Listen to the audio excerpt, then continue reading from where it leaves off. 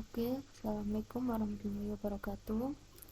Perkenalkan, nama saya Khosibah Yusra Alibna, mahasiswa di UIN Wali Songo Semarang, jurusan Manajemen Pendidikan Islam.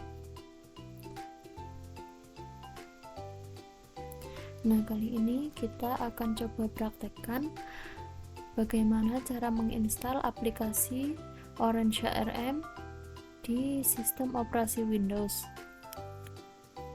Nah, di sini kita akan coba menginstal aplikasi Orange ARM, di mana aplikasi ini berguna untuk memanajemen sumber daya dari sebuah perusahaan ataupun sebuah organisasi. Nah, di sini terdapat beberapa versi Orange ARM. Kita lihat, ini ada banyak sekali ya versinya. Ada 5,7, 5,61, 5,6 dan lain-lain. Masih banyak sekali.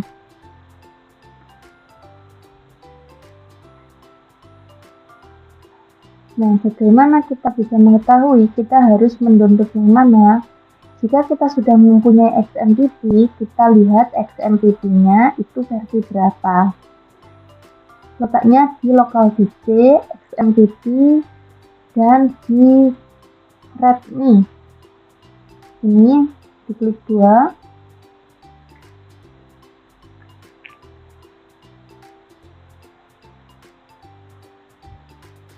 Ya, ini muncul ya.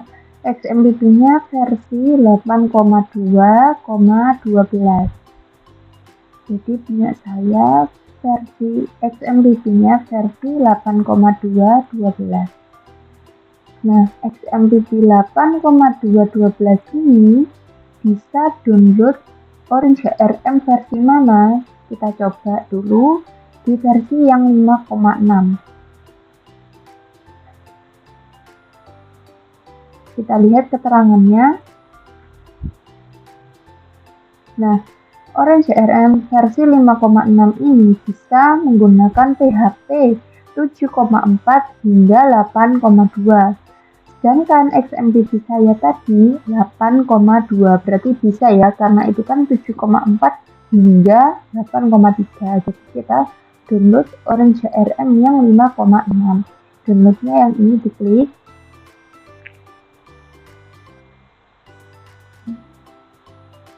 Jika sudah, maka akan muncul di download.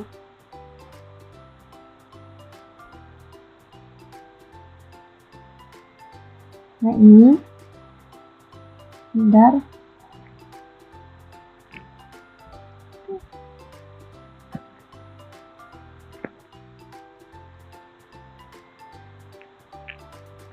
Nah, file ini kita ekstrak menggunakan WinRAR.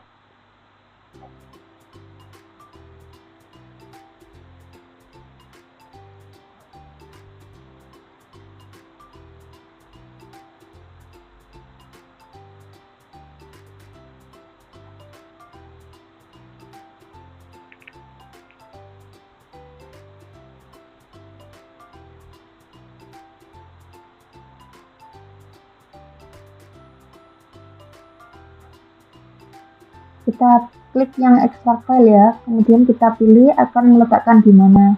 Tempatnya di local disk, XMPP, kemudian di htdocs.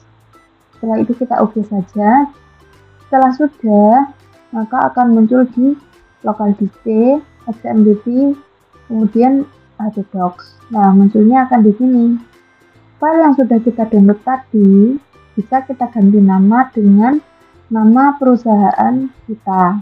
Misal ini punya saya sudah saya ganti dengan nama Nawasena. Ini adalah file Orange ARM yang sudah saya ekstrak tadi.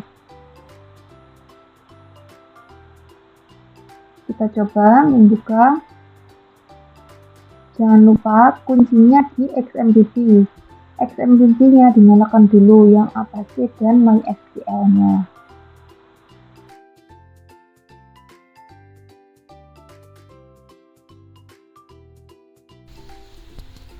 Jika XMPP sudah menyala, pastikan sudah kalian klik ya tadi. Kita buka localhost garing nama file yang kalian sudah ganti. Contohnya punya saya tadi, saya ganti dengan nama perusahaan Nawasena. Penulisannya harus tepat juga ya. Localhost garing nama perusahaan kalian. Kemudian kita enter, kita tunggu apakah berhasil terbuka.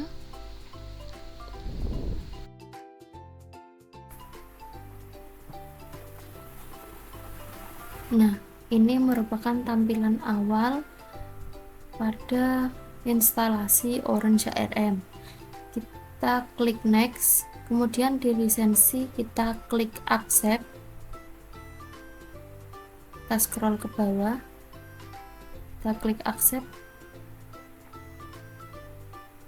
kemudian kita klik next.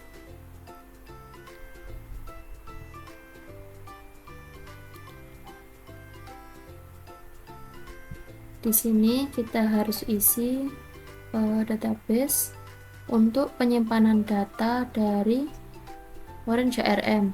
Nah, di sini untuk database to use kita pilih new database karena kita akan membuat database baru.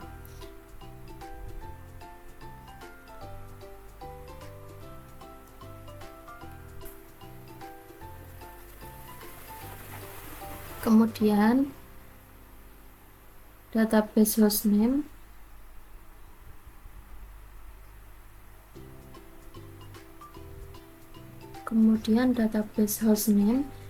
ini merupakan server tempat database tersebut, yaitu di localhost.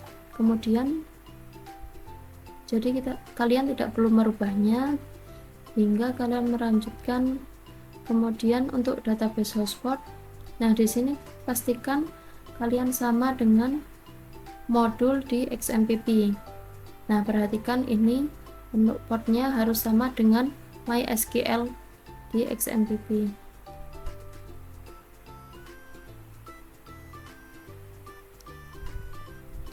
Ini kita buka localhost phpMyAdmin untuk login ke database-nya.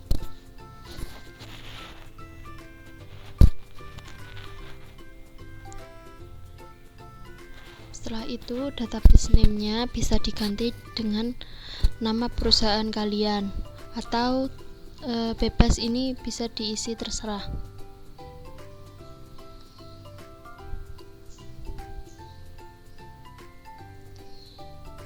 Kemudian untuk privilege kita isi dengan root saja untuk login ke database-nya dengan tanpa password ya. Kemudian yang use the same database itu dicentang saja, yang Orange ARM database username diisi dengan Orange ARM dan tanpa password. Kemudian kita next.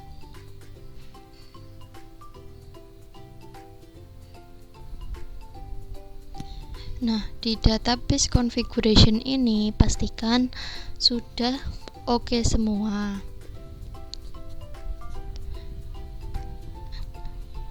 Nah, di sini jika ada yang belum enable, itu berarti ada yang trouble. Jadi kita perbaiki dulu lewat XMPP.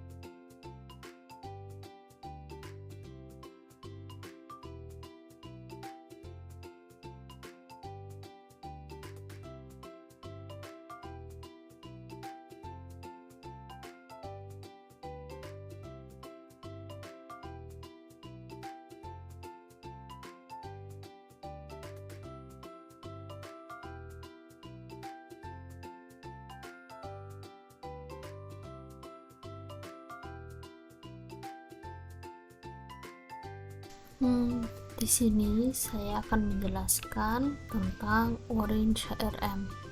Otomasi HRD menggunakan Orange HRM dapat membantu mengelola tugas-tugas manajemen sumber daya manusia secara efisien, mulai dari administrasi karyawan hingga penjadwalan dan evaluasi kinerja.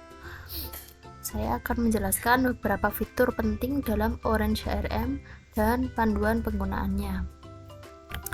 Yang pertama yakni pada admin.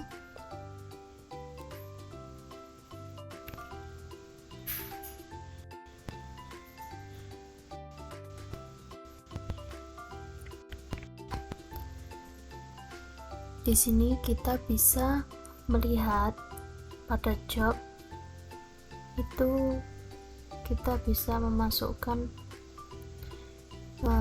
pekerjaannya apa, tingkat gajinya berapa, status pekerjaannya apa, kategori pekerjaan, lalu shift kerja. Contohnya job title.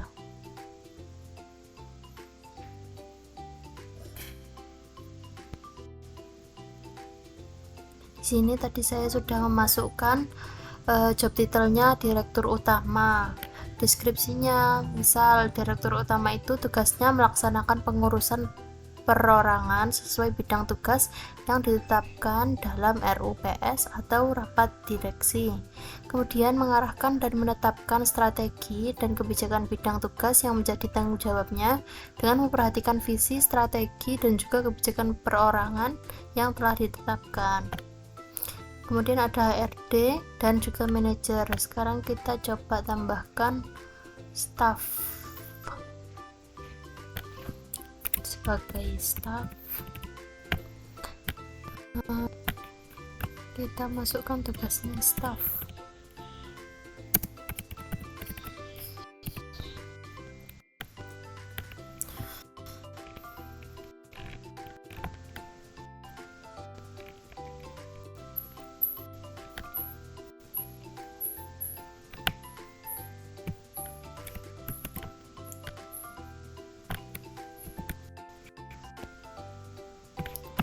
Di sini pelaksanaan tugas dan fungsi pimpinan, membuat rencana kerja, petunjuk pelaksanaan.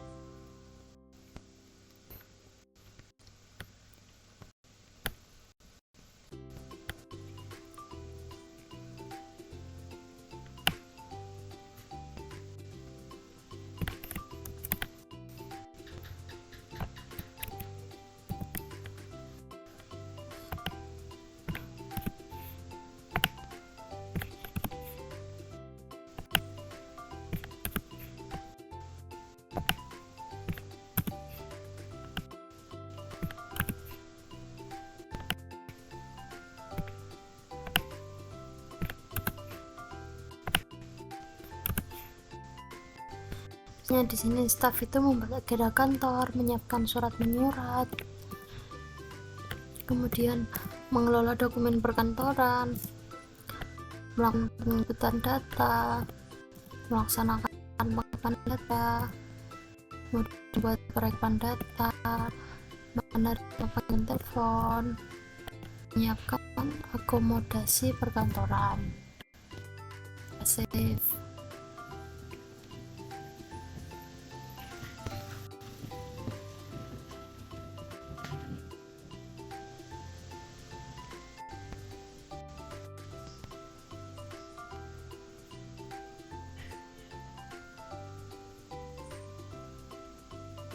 Nih sudah ada direktur utama, HRD, manajer, dan juga staff.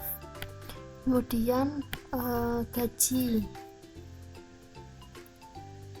gajinya di sini kayak ada levelnya, level 1 gaji berapa sampai berapa. Misal manajer gajinya berapa.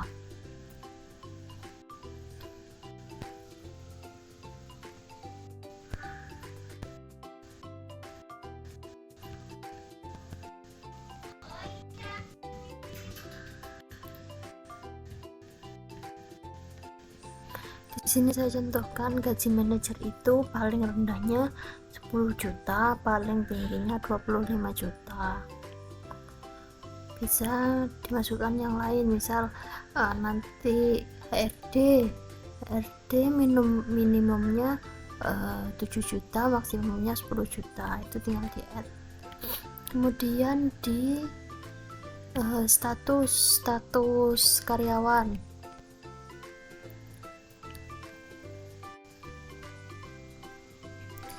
di sini misal ini udah ada freelance ya, kita tambahkan misal kerjanya itu full time.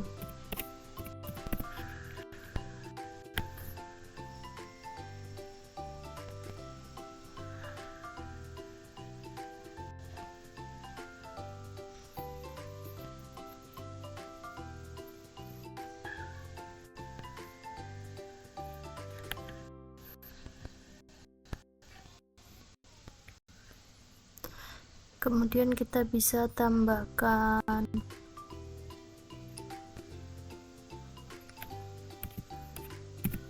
part-time.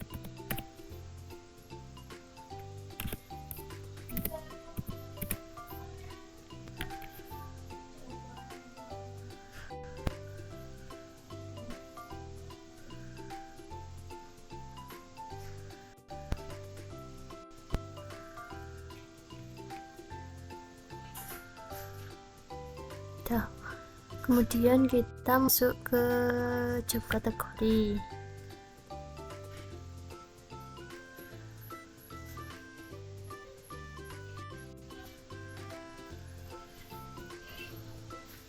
Job kategori di sini sudah banyak, tapi misal kita mau menambahkan lagi juga bisa. Ini tinggal kita tambahkan di add, kemudian kita tambahkan sesuai keinginan kita. Kemudian di work shift, misal nanti ada shiftnya, ada shift 1, shift 2, dan shift 3. Saya sudah membuat shift 1 dan shift 2, kita coba membuat shift 3. Misal dari shift, kita tulis dulu shift 3, misal dari tadi itu jam terakhir jam 11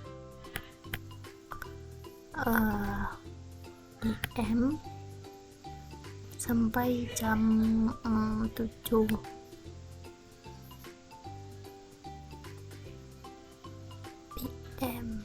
PM save.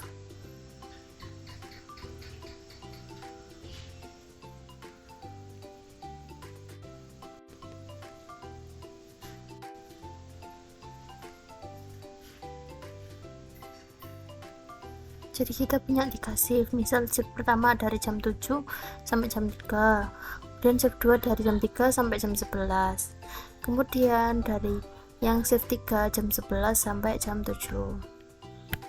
Kemudian pada organization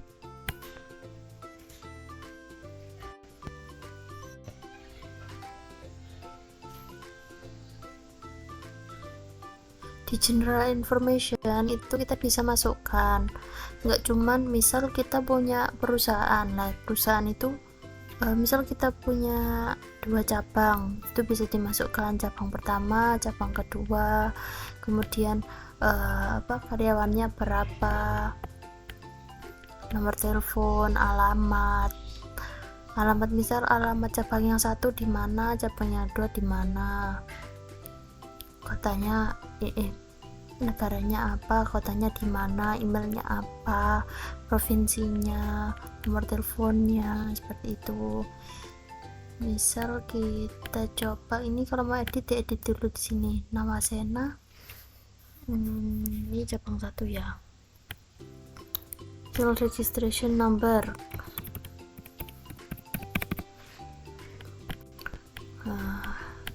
jalan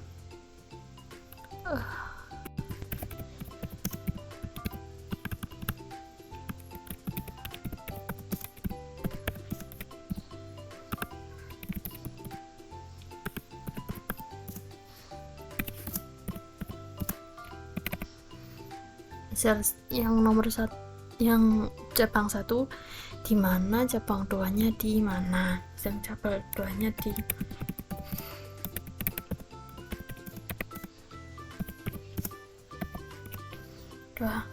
provinsinya Jawa Timur. Ini bisa dimasukkan email perusahaan, country-nya Indonesia, dan kita save.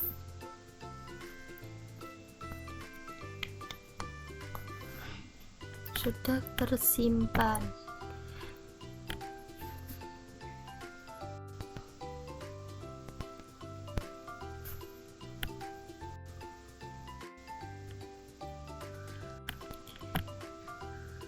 Nih, udah ada satu kan, nama Sena di Semarang, Indonesia. Nanti kalau mau nambah tinggal ditambah. Struktur, kita bisa membuat struktur perusahaan. Saya tadi sudah membuat struktur sebagai direktur utama, nanti tinggal ditambah. Skillnya, kita masuk ke kualifikasi, sales skill. Kita masukkan skill, ada skill apa aja. Misal di sini tadi saya masukkan mentorship, bukan hanya memimpin saja tapi juga perlu berbagai kemampuan, pengetahuan dan pengalaman yang dimiliki dengan orang lain. Mentoring juga melibatkan membangun kepercayaan diri anggota tim. Tidak jarang kesuksesan seorang manajer diukur dari kesuksesan setiap anggota timnya, bukan hanya individu. Kemudian teamwork, kemampuan anggota tim untuk bekerja sama dengan baik dan setiap situasi dan berempati satu sama lain. Misal nanti ada skill lain yang ingin kamu masukkan, tinggal di add, dimasukkan, dan deskripsinya apa.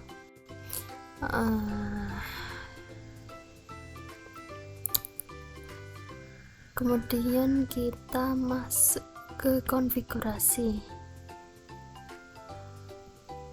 ke corporate branding dulu.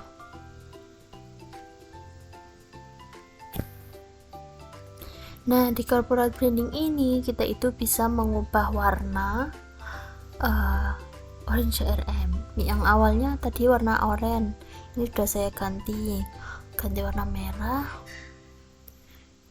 Ya, ini terserah kalian juga sih. Ini untuk mengganti logo. Ini logo benar. Login banner. Itu tempatnya di sini. Local DC, XMPP, HD Docs. Kita masuk ke link orange yang tadi sudah diganti nama perusahaan kita. Kemudian di web dan di image. Nah, ini kalau kita mau ganti, kita masukkan ini, ganti nama, yang foto kita tadi masukkan diganti nama ini gitu. Udah.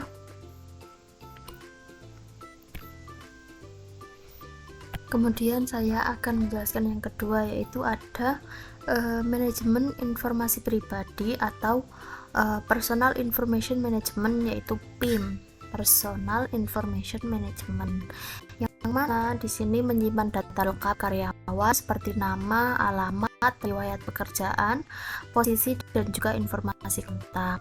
Kita bisa di sini sudah ada 2 karyawan. Misal kita mau memasukkan lagi, contoh namanya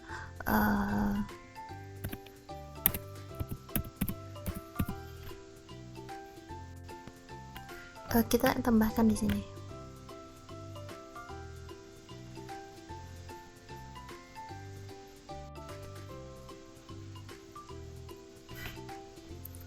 Ini bisa kita tambahkan foto.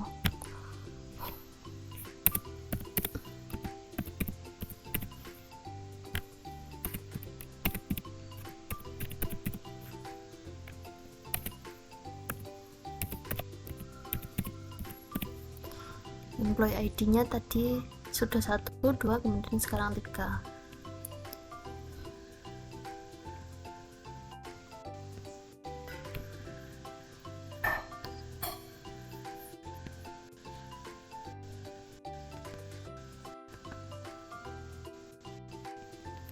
Cara menggunakannya, password, menu employee list di bagian bin tadi, kemudian tambahkan profil baru atau perbarui informasi yang sudah ada. Data ini dapat diperbarui oleh admin atau karyawan sesuai pengaturan hak akses.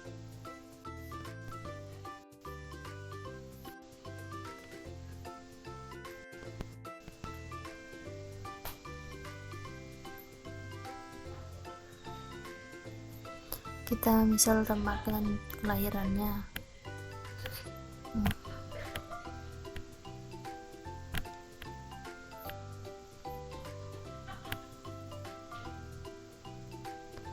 Email.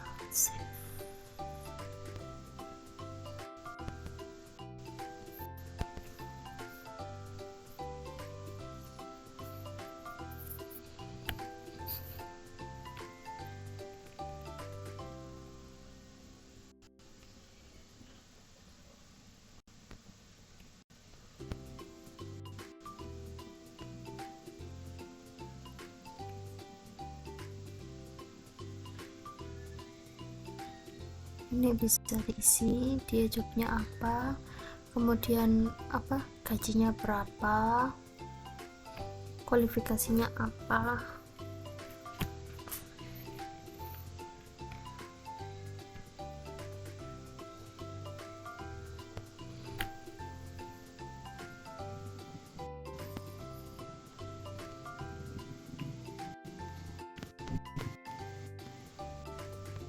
Ini sudah ada.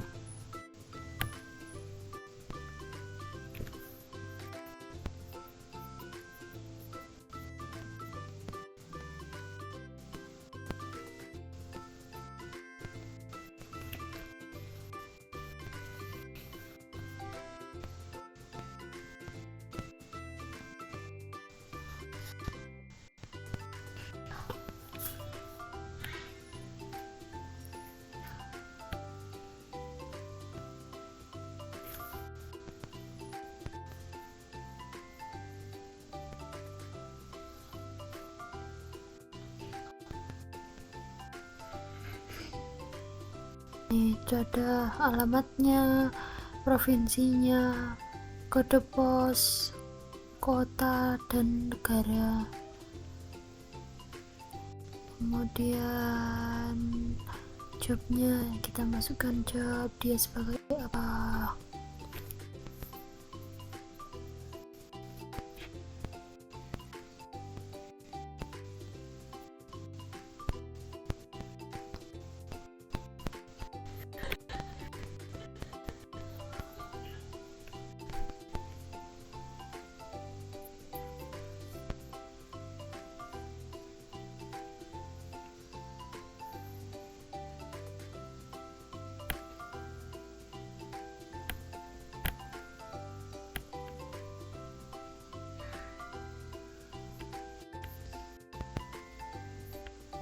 Ini bisa diisi ya.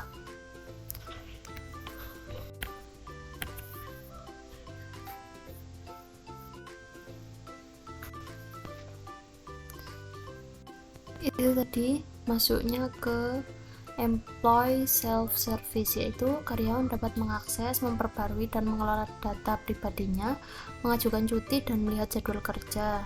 Setiap karyawan dapat login dan menggunakan menu ESS atau employee self-service untuk memperbarui informasi tertentu, mengajukan permintaan cuti, dan melakukan tindakan lainnya yang diberikan sesuai otoritas.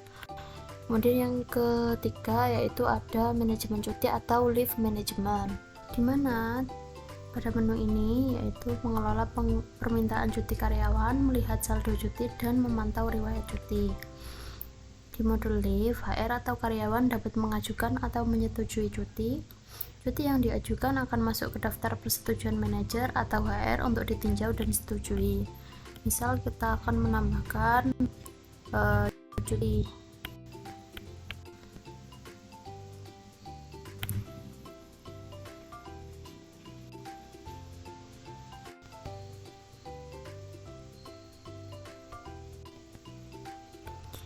Cuti di sini ada hamil dan melahirkan, hari besar, kematian, sakit parah. Misal kita tambahkan menikah.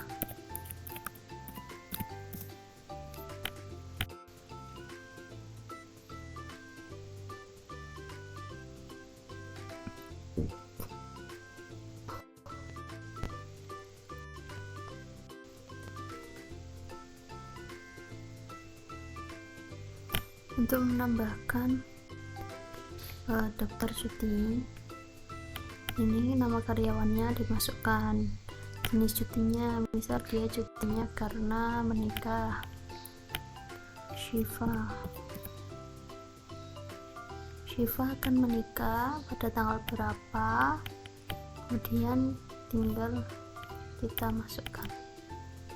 Yang selanjutnya ada menu absensi dan waktu kerja atau time and attendance, yang mana pada menu ini kita dapat melacak absensi, mencatat waktu masuk dan keluar, serta mengatur jadwal kerja karyawan. Di modul time, HR dapat mengatur jadwal dan memonitor kehadiran. Karyawan dapat mencatat waktu masuk dan keluar yang akan tercatat dan dilaporkan secara otomatis.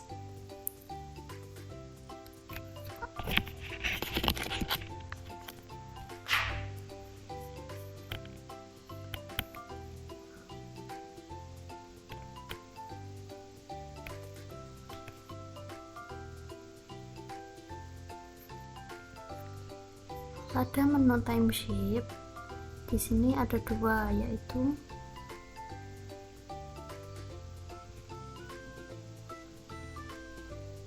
lembar waktu saya dan lembar waktu karyawan.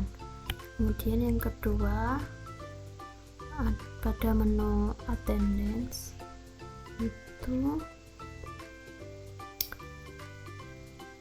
waktu catatan saya, kemudian saya sebagai admin ya, terus waktu masuk dan keluar, catatan karyawan, kemudian konfigurasi. Kemudian pada menu report itu ada laporan proyek, laporan karyawan, dan juga ringkasan kehadiran. Pada project info ada dua, yaitu customer dan proyek atau project. Kemudian menu selanjutnya ada manajemen rekrutmen atau recruitment.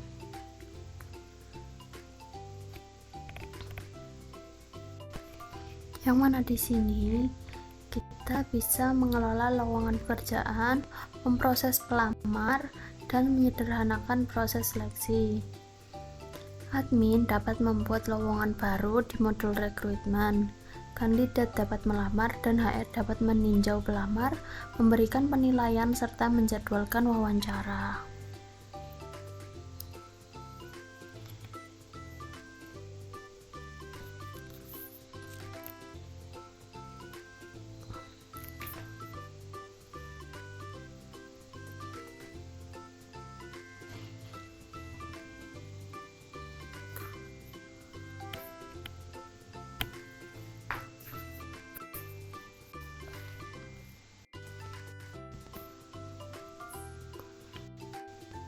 Misal nih kita akan merekrut orang baru,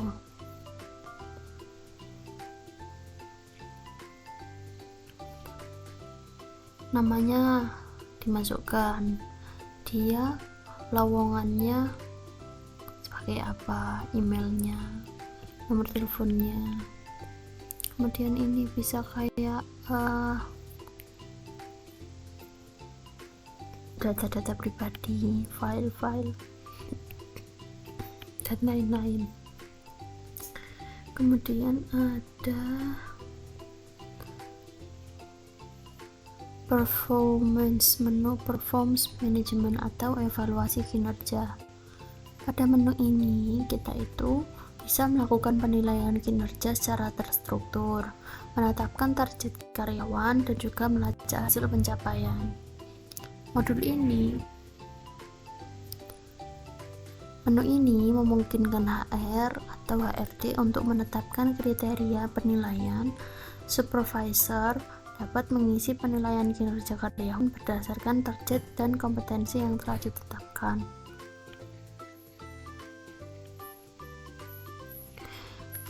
Kemudian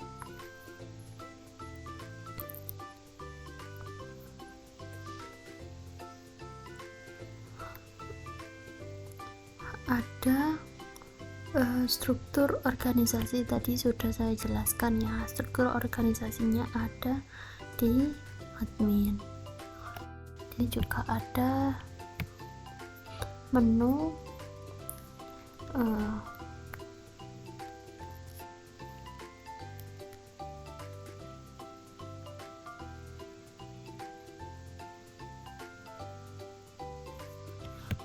directory, main, names, claim, dan pass.